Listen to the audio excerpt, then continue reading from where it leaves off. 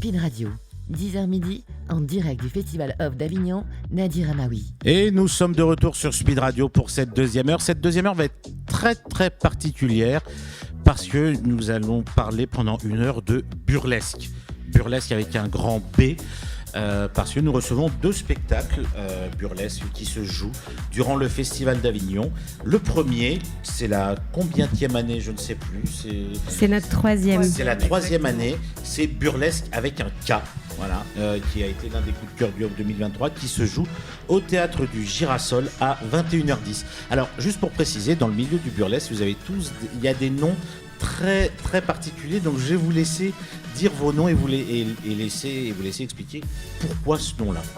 Alors qui commence dans le burlesque K? Alors déjà nous c'est les demoiselles du cabaret, le nom de la troupe, K-barré, petit jeu de mots pour dire qu'on est assez déjanté, et moi c'est Lady Roxy. C'est un nom qui est venu très rapidement.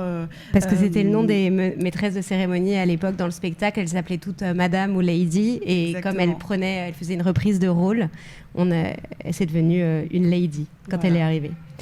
Et moi, c'est Poupou Pidou, parce qu'on m'a beaucoup dit que je ressemblais à Betty Boop quand j'étais petite. C'est tout mignon, c'est tout mignon. Et nous recevons également, alors ça me fait plaisir de les recevoir parce que j'ai beaucoup vu ce spectacle à Paris, je les ai rencontrés, et qu'ils soient à Avignon, c'est un vrai plaisir. C'est le cabaret du fruit défendu qui se joue à la Comédie Saint-Roch, donc un chouille en dehors de Rempart, mais ça vaut le coup d'aller les voir. Et alors leur nom, je les connais, puisque j'ai dû le dire je ne sais combien de fois autour de moi. Vicomte Arbour, bonjour. Bonjour, merci de nous recevoir. Mais avec plaisir. Et Pétula Goldfever. Bonjour. Alors, justement, vos noms, Vicomte Arbour, c'est vrai que je ne vous ai jamais posé la question à Paris, donc là je me permets de le poser à la radio. D'où sont venues les idées de ces noms, Vicomte Arbour et Pétula Goldfever? Alors pour ma part, donc moi j'ai commencé le burlesque il y a à peu près 6 ans. Je viens de l'univers du ballet, de la danse classique. Et c'est vrai que j'ai commencé avec un personnage qui était assez, on va dire, un dandy, un peu vénéneux, mais je suis entré vraiment par l'univers du classique. Donc je voulais une référence aux liaisons dangereuses. Donc à l'origine, le vicomte vient du vicomte de Valmont. Et après, tout simplement, j'ai voulu un jeu de mots à la con. Et donc, Vicomte Arbour. Voilà. Tout simplement, mais ça marche. Hein. C'est ça. Ça marche très bien. Et Pétula Goldfever, alors moi, je cherchais un nom qui sonne très glamour hollywoodien. Et mon papa a changé le pneu de Pétula Clark, qui avait crevé en Belgique en 1963. Et donc, je me suis dit que Pétula, c'était pas pris, personne ne l'avait. Et Goldfever, c'est en référence à ma blondeur légendaire et naturelle. Moi je pensais que c'était, après j'ai vu le spectacle, donc je pensais que c'est une référence au film de James Bond. Alors j'aurais pu m'appeler Goldfinger, mais ça aurait été beaucoup trop vulgaire. Oh, je trouve pas, parce que ça c'est un des talents du burlesque. Il y a des numéros qui peuvent être légèrement dénudés, mais sans que ce soit jamais vulgaire. C'est toujours dans la grâce, c'est toujours dans la beauté. C'est poétique également, et pour moi c'est grandiose. À chaque fois que j'ai vu des numéros de burlesque, ça a toujours été grandiose dans les costumes, grandiose dans les chorégraphies. C'est vraiment de la beauté pure souche. Et je vais un peu aussi laisser la parole à mes chères chroniqueuses qui sont d'habitude avec moi à Paris et qui sont là avec moi à Avignon, parce que en tout cas pour le cabaret du fruit défendu, on l'a vu ensemble, Lisa et Marina qui nous a rejoint pour cette deuxième heure. Donc vous qui avez vu un peu comme moi beaucoup de spectacles burlesques, je vous laisse donner votre avis sur, justement, autant sur, Marina, toi tu as vu burlesque, on a vu tous les trois ensemble le cabaret du fruit défendu, donc je pense qu'au niveau du burlesque on peut dire beaucoup de choses, en tout cas sur la qualité. C'est vrai que moi, dans le cabaret du fruit défendu, ce qui m'avait étonnée, c'était un des premiers vraiment spectacles burlesques que je découvrais. Je n'étais pas vraiment allée voir du burlesque avant. C'est la dimension engagée, politique, qui, bien sûr, se lie à tout le côté très fantaisiste et très, très libre. Mais il y a aussi cette dimension engagée qui fait que c'est un spectacle complet, finalement. Non seulement on a du chant, de la danse, mais on a aussi du texte et de l'engagement et plein de registres différents et des choses qui peuvent être comprises à plusieurs niveaux. Et donc, est-ce que vous avez adapté peut-être à l'actualité là, des choses pour cet Avignon ou pas dans le cabaret du fruit défendu ? Oui, on essaie toujours de rebondir sur ce qui se passe. Je dirais que malheureusement, l'actualité nous donne du grain à moudre. On aimerait ne plus avoir à traiter de ces sujets-là, mais je pense que c'est la force du burlesque aussi de pouvoir mettre en évidence, mettre en lumière certains problèmes de société, mais toujours dans la bonne humeur, justement. Je pense toujours que pour convaincre des gens d'un problème, d'un propos, pour les rallier à sa cause, il faut leur faire passer un bon moment. Quand on essaye de convaincre quelqu'un en lui disant qu'il est stupide parce qu'il n'est pas d'accord avec nous, en général, ça marche très mal. Alors qu'en passant un moment de joie, de poésie, de sensualité, aussi avec des personnes qui ne sont pas nécessairement de la même origine ou qui n'ont pas le même vécu que les spectateurs, eh bien, on arrive beaucoup plus, je pense, par l'empathie et surtout par le plaisir, tout simplement, de passer quelques bonnes heures ensemble. De rallier les gens, en tout cas, à ouvrir les yeux sur la condition de chacun et chacune. Tout à fait. Et le second degré, on prend beaucoup de distance et ça fait du bien aussi de se libérer de ce poids-là avec ce second degré et cette distance. Et d'ailleurs, moi, je voudrais rajouter que sur votre spectacle, je tiens à dire bravo pour les costumes, déjà, parce qu'il y a un gros travail de recherche, dont 2 numéros, j'ai adoré. Je crois que c'est des premiers avec une danseuse. D'ailleurs, je ne sais pas comment elle s'appelle dans votre troupe, mais elle est extraordinaire avec les plumes, voilà, le pan qui naît. Alors, c'est Chanel Demey. Chanel Demey, voilà. Incroyable ce numéro et petit plus pour un 2e numéro qui m'a vraiment scotché sur place. C'est un numéro avec des foulards, voilà, ça se passe dans un bar.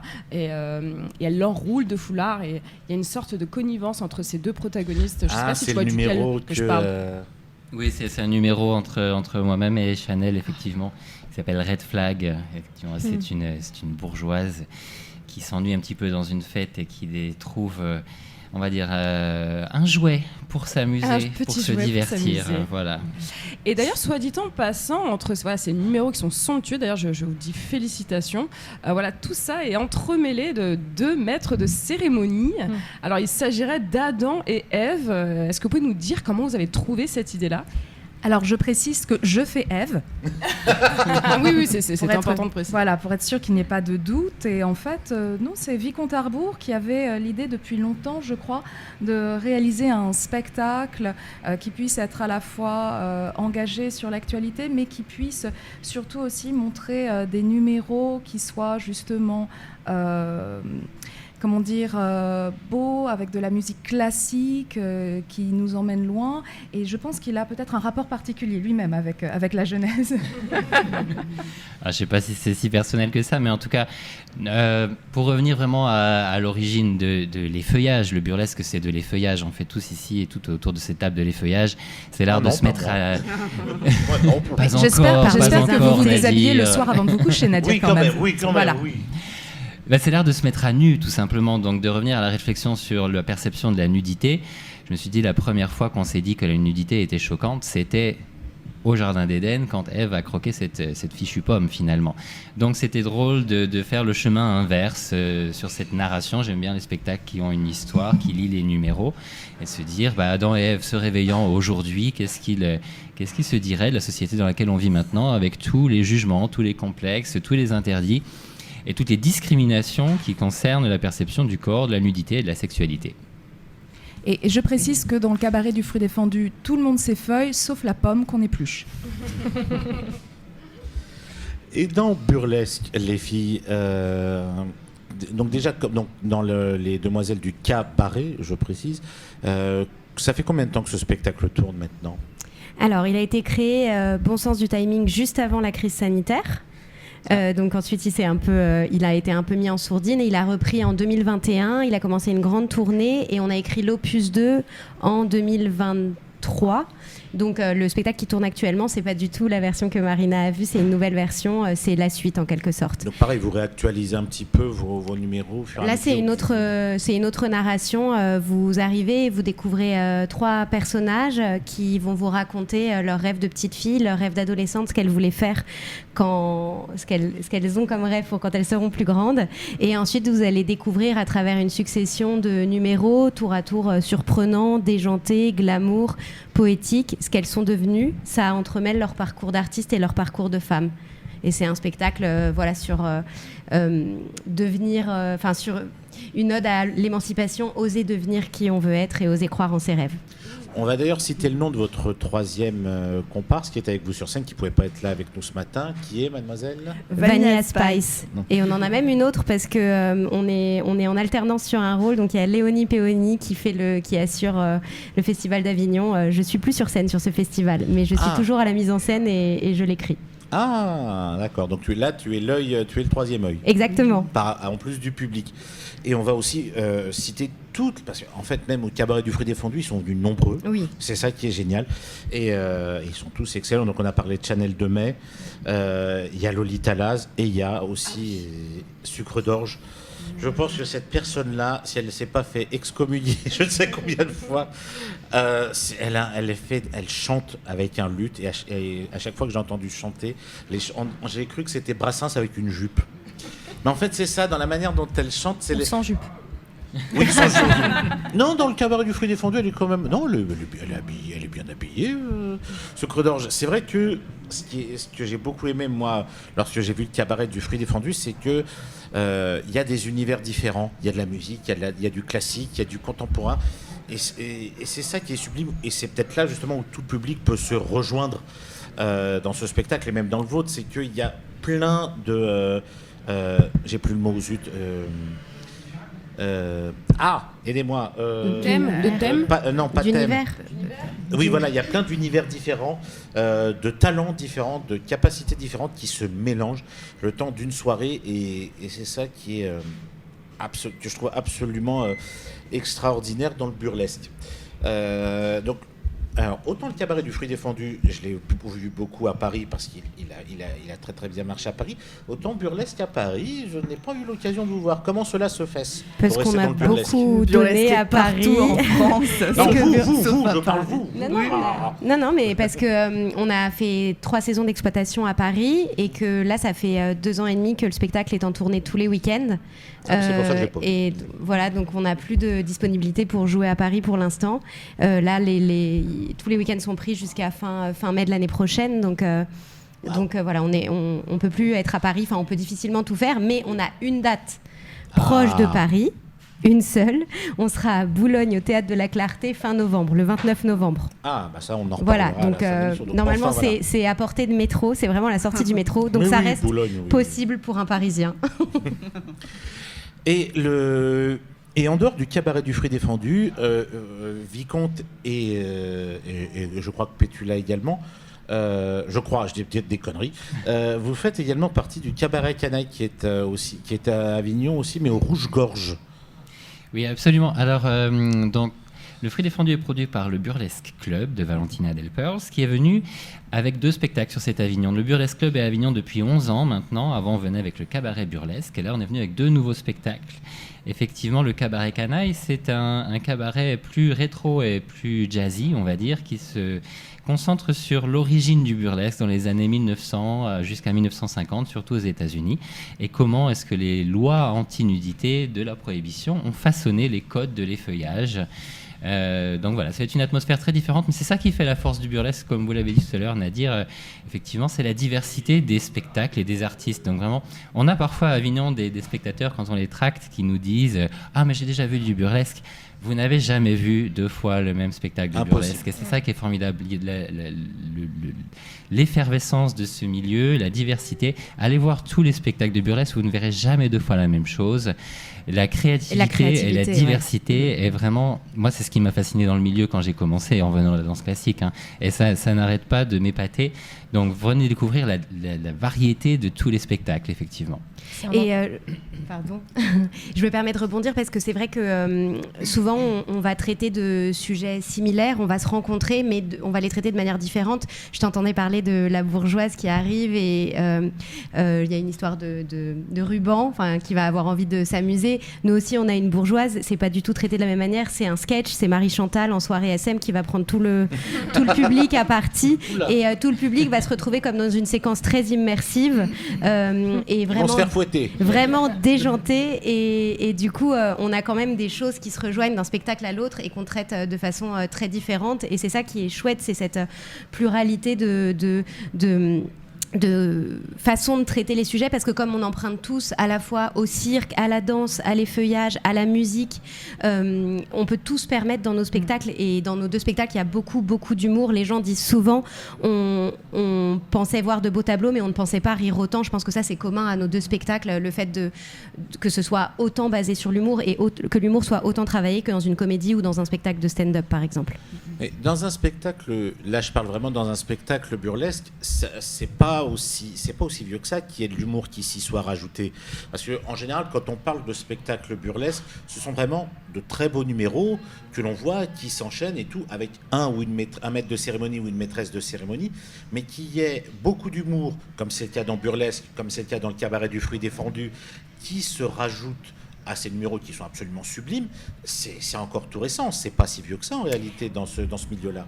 Alors en fait, si on revient à l'historique en fait du burlesque dans les cabarets aux États-Unis, les numéros d'effeuillage s'enchaînaient en fait avec des humoristes qui venaient sur scène. Donc il y a toujours, enfin le burlesque, l'effeuillage en lui-même a toujours été lié à l'humour. Donc c'est vraiment intrinsèque finalement à ce qu'est le burlesque dans sa version américaine. Il y avait aussi, il me semble, parce que en fait quand on parle de burlesque là dans ce cadre-là, c'est le burlesque américain, hein, c'est ça, donc qui est né comme tu disais dans les cabarets aux États-Unis. C'est par extension en fait que l'effeuillage burlesque est devenu burlesque en fait, parce qu'au final ce qui a vraiment marché au bout d'un moment, c'était d'avoir certaines stars de l'effeuillage qui ont occulté finalement les humoristes de plus en plus, et les gens elles venaient pour voir ces stars de l'effeuillage et non plus pour écouter simplement les humoristes.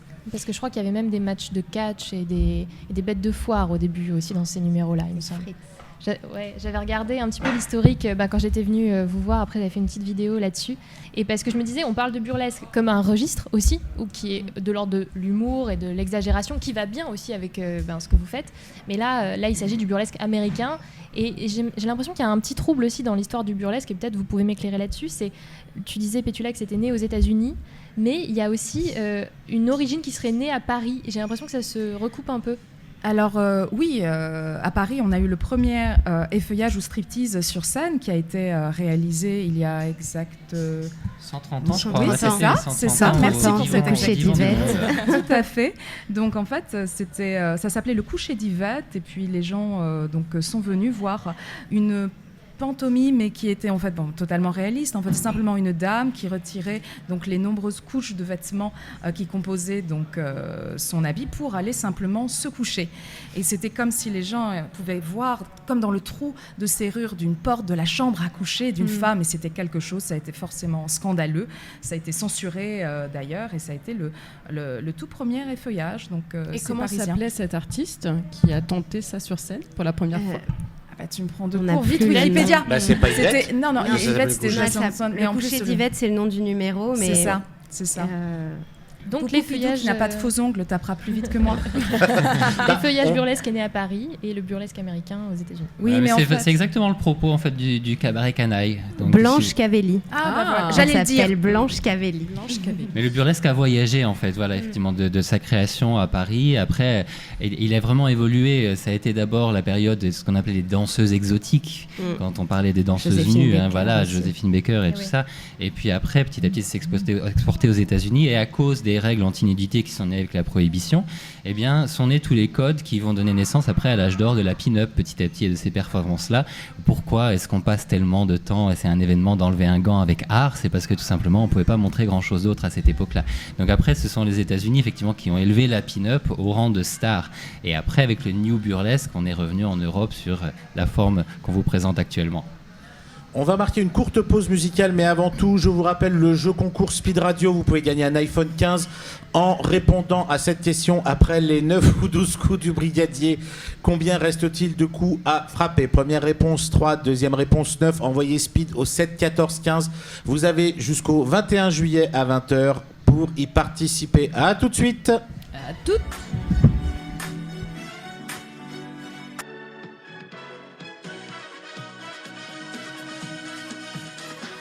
Speed Radio, 10h midi, en direct du Festival Off d'Avignon, Nadir Amaoui. Et nous sommes de retour sur Speed Radio, en direct de la station Namastrio dans le quartier Luna pour ce spécial burlesque, toujours accompagné de mes chères et adorables chroniqueuses Marina et Lisa, et de deux magnifiques spectacles burlesques qui se jouent en ce moment à Avignon.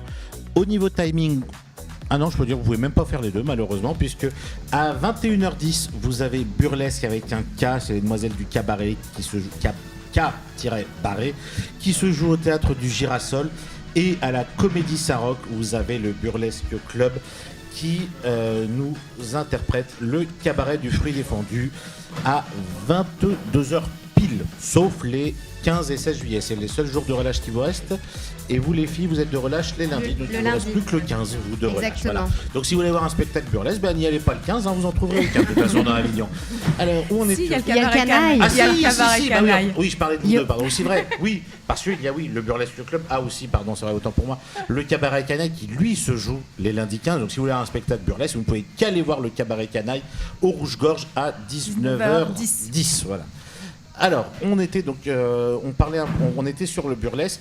Est-ce que, de votre point de vue à tous les quatre, est-ce que pour vous c'est compliqué de faire venir et de défendre, vous qui le faites depuis plusieurs années, et vous, le cabaret du fruit défendu, c'est la première année, mais vous aviez déjà les autres du cabaret du Burlesque Club. Est-ce que c'est difficile de défendre et de venir à Avignon avec un spectacle burlesque vis-à-vis des spectateurs d'Avignon? Je pense que là, ça commence à exister dans l'esprit des spectateurs. Je ne sais pas quelle expérience tu as, Vicomte, depuis, parce que ça fait plusieurs années comme nous que tu le fais. J'ai l'impression que là, il y a quand même plus d'ouverture d'esprit qu'il y a quelques années, que ça commence à s'installer dans l'esprit des gens comme une offre de spectacle à part entière qui peut exister. Puis je pense que plus on sera nombreux et nombreuses à venir proposer ce type de spectacle, de cabaret avec de l'effeuillage, etc., ce type d'offre, plus ça va se démocratiser et se développer dans l'esprit des gens. J'aimerais vraiment que ça sorte du côté niche, parce que quand on voit la joie et l'engouement des spectateurs, on se dit qu'on peut rendre heureux bien plus de spectateurs que ce qu'il y a actuellement. La cible est très très large en fait. Après, on reste dans un festival majoritairement de théâtre, donc c'est vrai qu'il y a des gens qui n'ont pas du tout prévu de venir voir ça et qui ont peut-être des préjugés plus forts sur nos types de spectacles que sur du théâtre, quel qu'il soit. Oui, mais le burlesque en soi, avec les numéros, tout ce qu'il y a autour de la création de ces spectacles, c'est du théâtre en soi. C'est juste un style de théâtre que les gens ont moins l'habitude, ont perdu l'habitude d'aller voir. Je pense que nous, dans chacun des tableaux, dans chacun de nos numéros, dans la façon dont on les pense, dont on les construit, il y a en soi, sur ces 5 minutes-là, une mise en scène, une scénographie qui est propre à une histoire, une narration. Donc c'est propre à chaque numéro. Et en général, on a 10 tableaux par spectacle. Mais c'est vrai que ça, c'est tout un travail qu'on fait tous, en tractant et en faisant venir les spectateurs et en les convainquant par cet art-là. C'est un travail qu'on doit potentiellement plus faire que pour une pièce de théâtre plus classique. Moi qui suis issue du monde du théâtre vraiment à la base, j'ai découvert les feuillages burlesques bien plus tard. Ça n'a rien à voir avec tout ce que je faisais avant. J'ai l'impression vraiment de faire ça comme du clown et de tirer toutes les ficelles en fait de ma palette de comédienne pour aller vraiment sur quelque chose de beaucoup plus complet. Et c'est ça qui est hyper intéressant, quoi. C'est que, comme tu l'as dit, Marina, on va raconter une histoire grâce aux costumes, grâce à la danse. Tout est travaillé, nos bandes son. Et c'est un travail qui est hyper intéressant en tant qu'artiste, finalement. C'est vrai que vous êtes tous des artistes très complets. Il y a un niveau d'exigence dans ce que vous faites qui est assez dingue, parce que, alors certains viennent du théâtre, certains viennent de la danse, mais vous êtes tous formés à plein d'arts différents que vous mettez en valeur.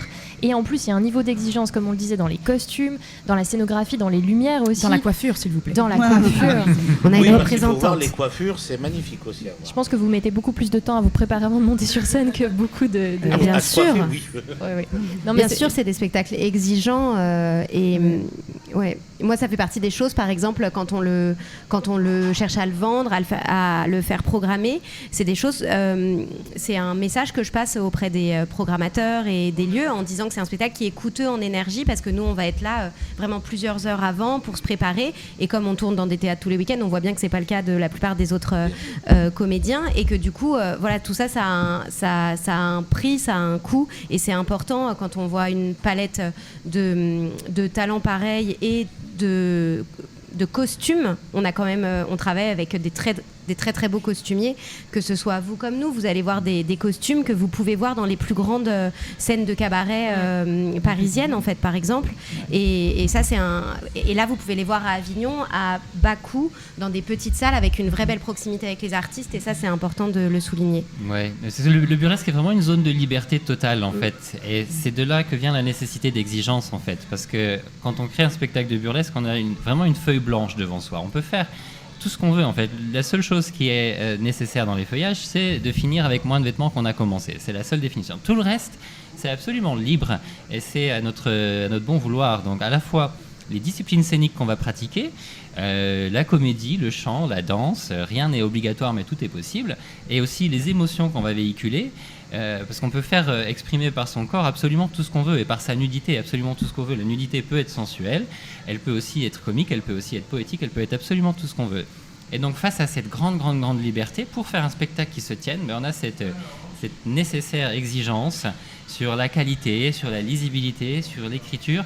Et c'est ça, je pense, le challenge qui nous anime à la fois les Demoiselles du Cabaret et nous-mêmes, de construire une trame et de donner aux spectateurs la qualité qui permet de découvrir cet art qui est encore assez méconnu. Pour revenir un peu sur le côté de la perception du spectateur, les gens, ce qui est sûr, c'est qu'ils sont très très très enthousiastes quand ils voient le spectacle, et quand on est au contact du public pendant le tractage à Avignon, la chose qui est encore un peu visible, c'est qu'ils nous disent « Ah, le burlesque, j'ai déjà vu ».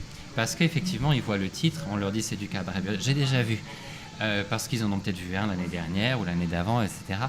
Le burlesque, c'est pas un spectacle, c'est une discipline scénique en fait. Et dans cette discipline, il y a maintenant 4-5 spectacles à Avignon qui tournent et qui vont proposer des choses radicalement différentes parce que c'est un univers extrêmement varié. Mais le burlesque, c'est exactement comme le théâtre. C'est un nom, c'est tout simplement un nom, c'est un style. Et après, il y a 1001 styles différents dans le burlesque. Voilà, le burlesque avec un K, les Demoiselles du Cabaret, c'est un style. Le cabaret du fruit défendu, le cabaret canaille, autre chose. Je rebondis aussi sur les autres spectacles que j'ai vus avec toi, Vicomte, à Paris, de la Skiep, qui sont Flashback et voilà, 8 hommes. Et 8 hommes. Voilà, j'ai vu, moi, des spectacles qui allaient au-delà du burlesque. C'est du burlesque, mais c'est aussi porteur de messages, c'est très engagé. Et c'est exactement comme le théâtre maintenant. Donc quand les gens disent « Ah oui, mais j'ai vu un spectacle burlesque, je les ai tous vus », c'est faux. Je vais être cru dans mes mots, c'est une énorme connerie. Parce que c'est comme si j'ai vu telle pièce, je les ai toutes vues. Non, c'est complètement stupide. Quand on va voir un spectacle burlesque, c'est comme quand on va voir une autre pièce de théâtre, ça n'a absolument rien à voir. Vous ne pouvez pas voir le même spectacle burlesque d'une compagnie à une autre, même le même spectacle d'un jour à l'autre, vous ne verrez pas du tout la même chose. Le fruit défendu, par exemple, à Paris, j'y ai vu des artistes différents d'un soir à un autre. Parce que il y a une qualité de travail qui est exigeante, ça, mais comme dans tous les spectacles, il faut qu'il y ait une qualité ultra exigeante pour captiver le public du début à la fin, que ce soit le théâtre avec les mots, que ce soit dans le burlesque avec les mots aussi, mais aussi avec la danse, la corporalité, l'intensité, et même l'émotion. Il y a des moments où j'ai été très ému de passages de spectacles burlesques. Bien sûr. Et d'ailleurs, je tiens à dire que j'en ai vu un avec des belles inspirations burlesques. On n'est pas du tout dans le pur burlesque, mais c'est Mercutio. Je ne sais pas si vous l'avez vu sur cette table. Je l'ai pas vu, Rouge-gorge, je l'ai vu beaucoup leur parade. Fortement. Et tu l'as vu. Tout à fait. Ouais. C'est super sympa, hein.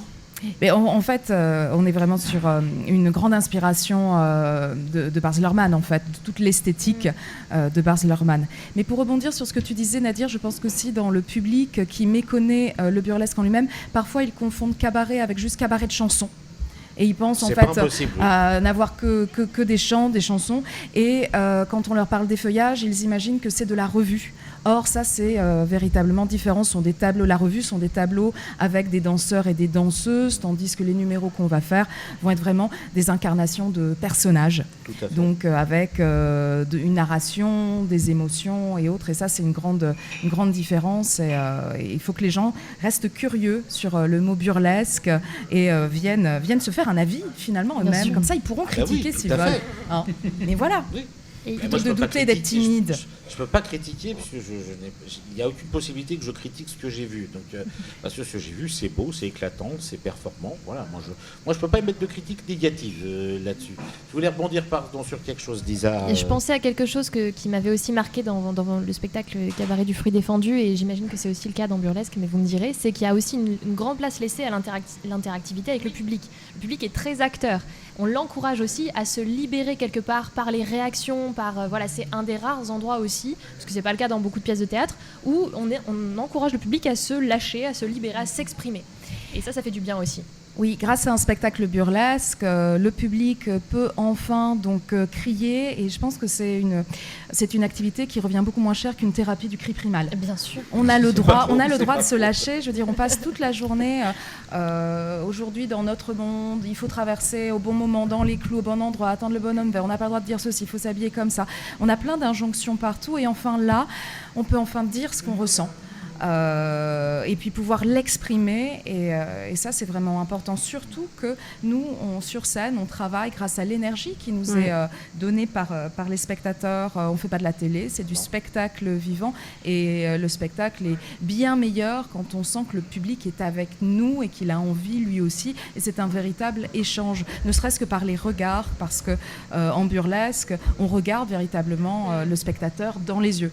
Il n'y a pas de quatrième mur dans nos spectacles, et c'est vrai qu'on en joue beaucoup. C'est basé aussi là-dessus, sur cette complicité qu'on va créer chaque soir avec nos spectateurs de façon très très sincère. Et mais ça revient même aux origines du cabaret. C'était un divertissement qui affranchissait les barrières sociales, où tout le monde pouvait se côtoyer même de très près. Il y avait des choses un peu plus coquines que d'autres. Donc là, c'est vrai que ce côté très fédérateur dans le partage, ça fait partie de l'ADN de nos deux projets. Et effectivement, tous les comédiens, même les comédiens de théâtre beaucoup plus contemporains, racontent qu'on ne joue pas pareil face à une salle comble, captive, qui va nous regarder dans les yeux. Alors nous, à fortiori, vu qu'on joue sans quatrième mur, en interpellant vraiment les gens, bien entendu sans les forcer à quoi que ce soit, mais en jouant avec leur énergie, ça crée une énergie et une ambiance très particulière dans les salles, qui marque beaucoup les spectateurs. Et je pense que même le propos même du burlesque en fait invite à la communion avec le public, dans le sens où on parle de thèmes qui invitent le public à s'identifier, je pense, aux questions qu'on se pose. Le burlesque, c'est l'art de se mettre à nu, mais au propre comme au figuré aussi. C'est l'art de révéler qui on est profondément, et avec ça, je pense qu'on touche les spectateurs et spectatrices assez profondément par le fait qu'on parle de thèmes universels et d'une manière accessible. Donc on va parler de questions de discrimination, de respect, de diversité, de perception, de l'image de soi, qui parlent, je pense, à toutes et à tous. Et c'est ça qui encourage aussi le spectateur à rentrer dans nos histoires. On va continuer sur ce sujet-là juste après la pause musicale. On se retrouve dans quelques instants, toujours en direct sur Speed Radio. À tout de suite.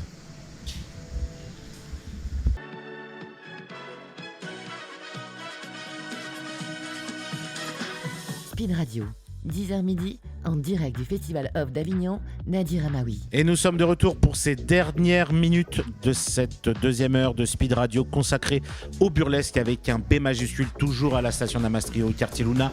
Avant de rentrer dans le vif du sujet une dernière fois, je rappelle le jeu concours Speed Radio pour gagner un iPhone 15. Après les 9 ou 12 coups du brigadier, combien reste-t-il de coups à frapper? Première réponse 3, deuxième réponse 9. Envoyez Speed au 7 14 15. Vous avez jusqu'au 21 juillet pour participer à l'émission. Et nous sommes toujours avec mes chères chroniqueuses Lisa et Marina et les équipes de choc de burlesque avec un K et du cabaret du fruit défendu. Vous aviez, Lisa et Marina, des petites questions juste avant la pause musicale. Je laisse là, les micros sont à vous.